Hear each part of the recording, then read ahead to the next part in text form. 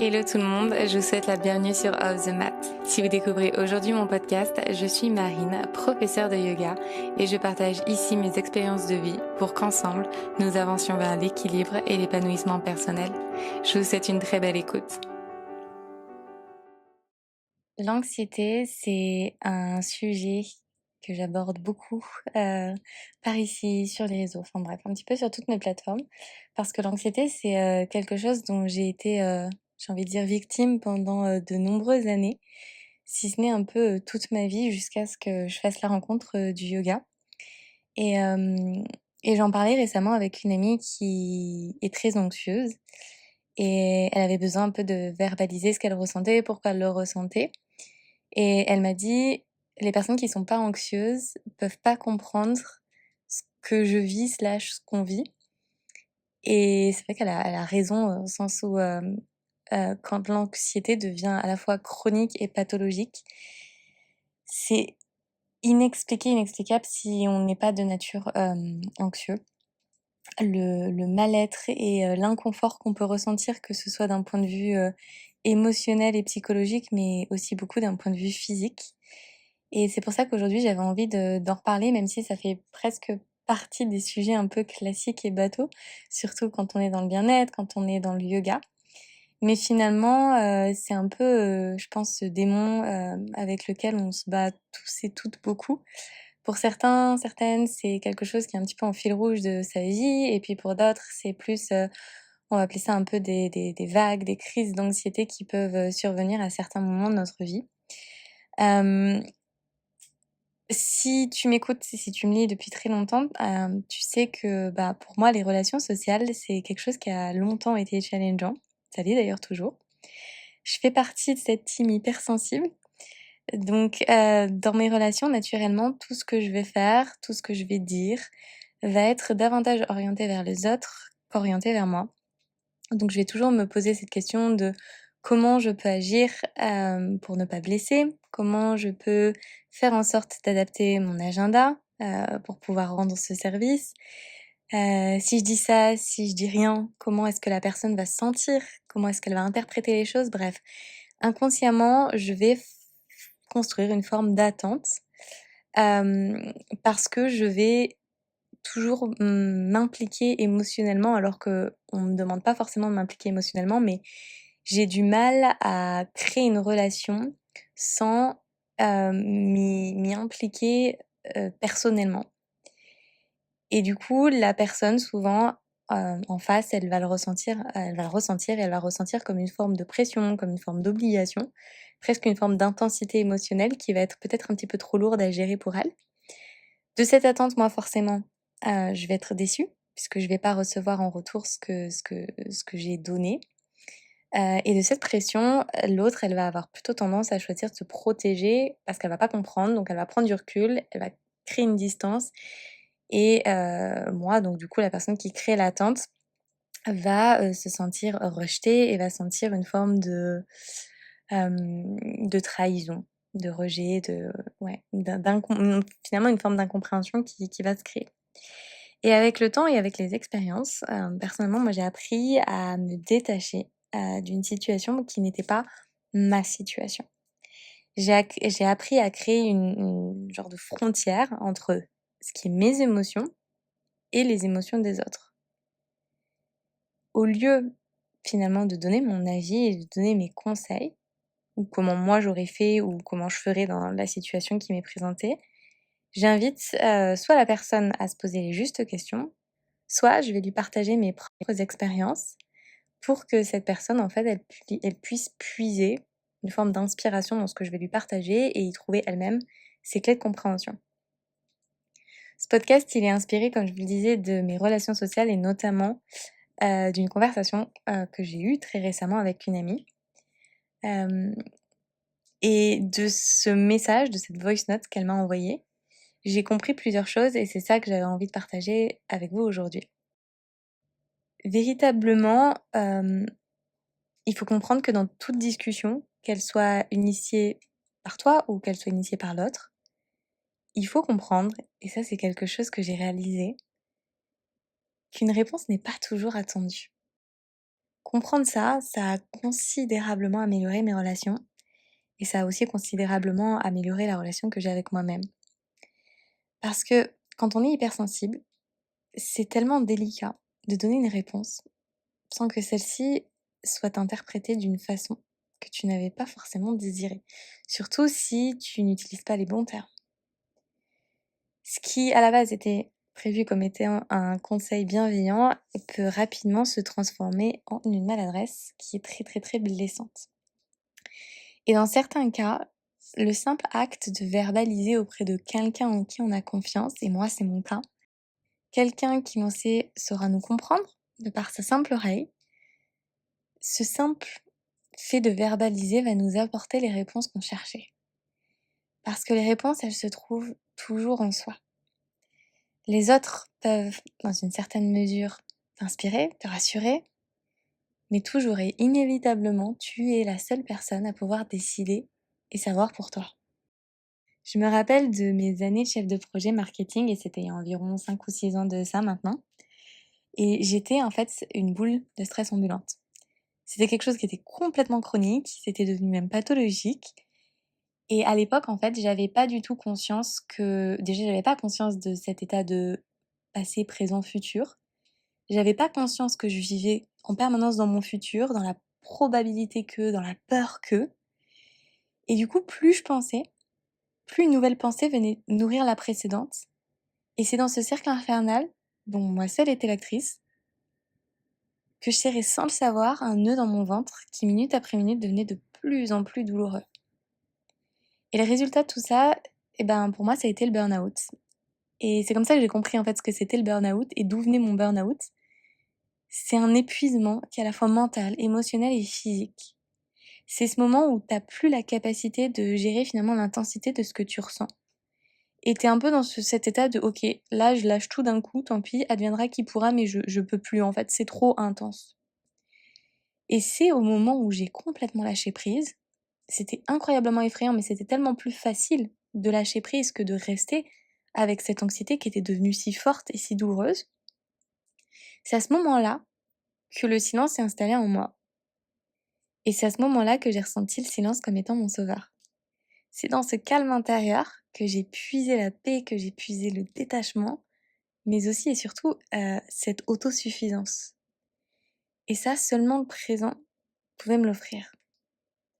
Parce que quand tu n'as plus rien à perdre, quand tu savoures ce que tu as et que tu as naturellement confiance en ce qui est, c'est là que vraiment tu trouves ta paix intérieure et il n'y a que ta paix intérieure qui importe. La probabilité d'un futur X ou Y ne fait même plus du tout partie du décor parce que tu savoures cet instant présent, tu savoures cette paix et il n'y a que ça en fait. Il n'y a que ça. Et depuis ce point-là de ma vie, j'ai avancé en me laissant porter. Ça veut pas dire que j'ai pas peur, que je n'ai pas eu peur, parce qu'on est tous humains, on ressent tous la peur, on ressent tous, point, mais on ressent tous. Mais j'ai avancé consciente que mon futur n'était pas encore écrit. Et qu'à chaque instant T de ma vie, j'étais en train de l'écrire, ce futur. Et dès lors que j'ai compris que la vie, elle se vivait au présent, mon anxiété s'est peu à peu dissipée. Et aujourd'hui, je ne vis plus l'anxiété de manière ni chronique ni pathologique. Et quand je ressens de l'anxiété vraiment de manière très forte, c'est souvent lié à quelque chose de quand même relativement puissant qui peut se passer dans le monde, par exemple. Mais maintenant que je sais d'où vient l'anxiété et de quelle manière en fait je nourris cette anxiété, je suis un petit peu mon garde-fou et j'ai un petit peu mes techniques, j'ai un petit peu mes petites pratiques pour revenir à cet état de calme dans le présent. Ce que tu penses n'est absolument pas qui tu es. De même que ce que tu ressens n'est absolument pas qui tu es.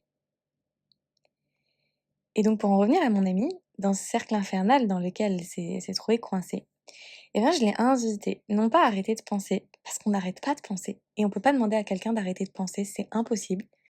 Je l'ai plutôt invité à engager un cheminement de pensée, lui permettant de trouver l'origine de ses questionnements et de ses émotions présentes. Si t'as peur, demande-toi pourquoi t'as peur, et de quoi tu as peur.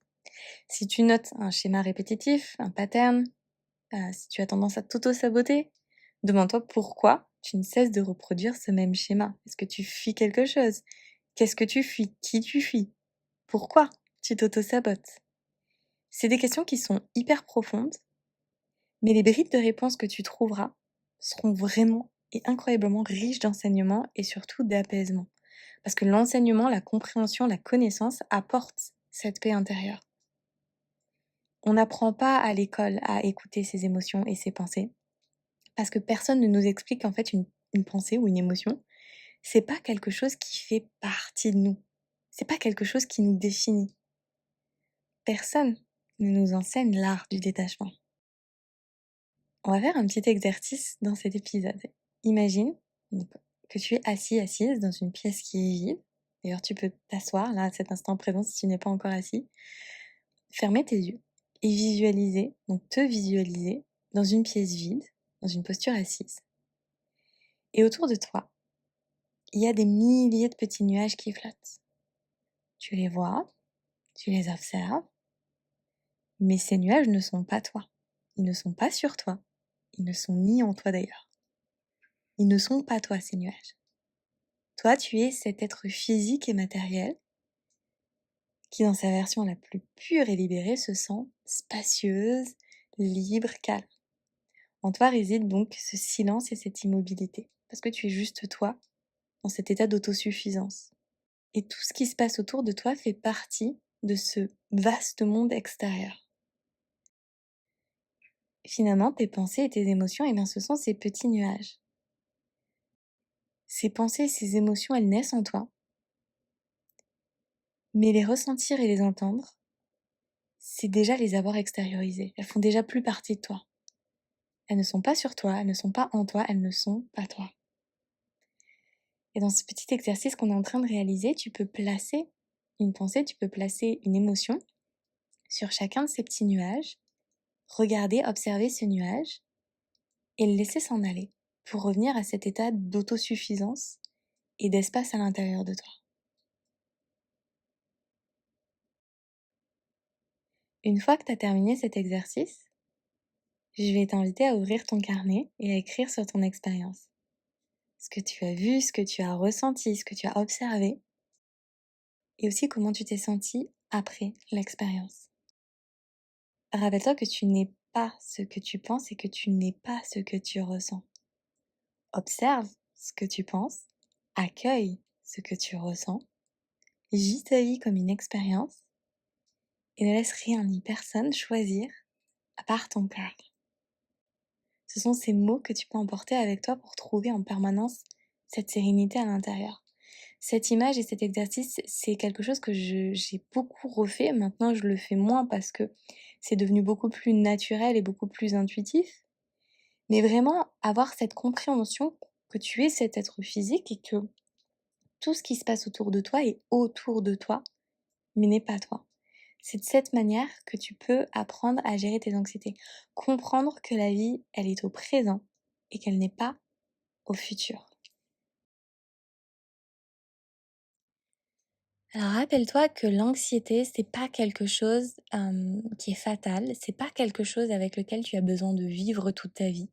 Il existe des méthodes, il existe des outils, des rituels que tu peux instaurer dans ton quotidien pour t'aider à gérer l'anxiété. S'il y a 5-6 ans, on m'avait dit Marine, un jour tu seras plus du tout anxieuse, j'aurais rigolé parce que je me dis non, en fait, l'anxiété ça fait partie de moi, je suis quelqu'un de naturellement anxieuse, je serai anxieuse toute ma vie. Non, absolument pas. Et c'est pas quelque chose que j'ai, on va dire, comptabilisé dans le temps, c'est quelque chose qui s'est installé doucement. Le fait de justement de quitter l'anxiété et de retrouver une sérénité. Et souvent, et ça c'est un petit peu le piège, l'environnement extérieur, l'entourage, la famille, dans certaines situations, en fait, vont venir cultiver ton anxiété et vont venir un petit peu te jouer des tours, des petits pièges. Ce sera à toi, justement, de ne pas te laisser prendre dans ce cercle et de te rappeler, en fait, comment, en fait, tu as envie de vivre ta vie. Moi, ma vie, je la vis au présent et les parents, par exemple, c'est toujours des générations, ou en tout cas des personnes qui vont être toujours un peu dans cette peur, parce qu'ils vont être toujours dans cette quête de sécurité, donc ils vont vivre beaucoup plus sur le long terme. Je dis pas qu'on peut pas, projeter sa vie sur un certain moyen long terme, mais qu'il faut aussi accepter une part d'imprévu, une part d'inconnu et que c'est, l'imprévu, en fait, qui va te permettre finalement d'avancer dans le chemin qui est le tien. Si tu essayes de contrôler tout en permanence, de tes, 25 ans jusqu'à tes 60 ans à l'instant T, tu ne vivras jamais ta vie de manière alignée et surtout tu vivras toujours dans l'anxiété et tu ne vivras pas de manière non plus heureuse et épanouie. Parce que plus on grandit, plus les aspirations, grandissent, se développent, plus les désirs changent et si tu, avances sur ce chemin que tu avais prévu à tes 25 ans, alors qu'à 35 ans, tu as envie de quelque chose de différent, mais que tu préfères rester dans le confort de ce que tu avais prévu, tu risques finalement d'avancer de manière, non épanouie et malheureuse. Donc finalement, vivre dans ce présent, non seulement ça te permet de ne plus vivre dans l'anxiété, avec cette boule au ventre, mais aussi et surtout de vivre heureuse et heureux. Parce que vraiment, le bonheur, tu le trouveras dans ton présent et surtout, il n'y a que toi qui peux savoir à l'instant T et non pas l'instant T plus un. Il n'y a que toi dans cette version présente de toi qui peut savoir ce dont tu as besoin. Si aujourd'hui tu es porté par X, va vers X. Et en allant vers X et en vivant X, tu te diras, bah ok, maintenant j'ai vécu ça, je sais ce dont j'ai besoin. Et je peux avancer dans cette nouvelle direction. Et ça changera en permanence. Mais c'est accepter finalement que la vie, c'est pas une ligne droite, c'est pas quelque chose qui est linéaire. Au contraire, plus tu feras preuve de flexibilité, plus tu comprendras que la vie est un chemin avec des hauts, des bas, des virages et non pas cette ligne droite, plus tu pourras vivre ta vie alignée et en sérénité. J'espère que ces mots résonneront en vous et qu'ils vous inspireront dans votre chemin de vie. Si cet épisode vous a plu, n'hésitez pas à écouter le reste de la playlist et à rejoindre dès aujourd'hui Luna, une communauté bienveillante que j'ai à cœur de guider chaque semaine vers le bien-être et la pensée positive au travers de mots doux inspirants. Encore merci pour votre écoute et je vous dis à très vite.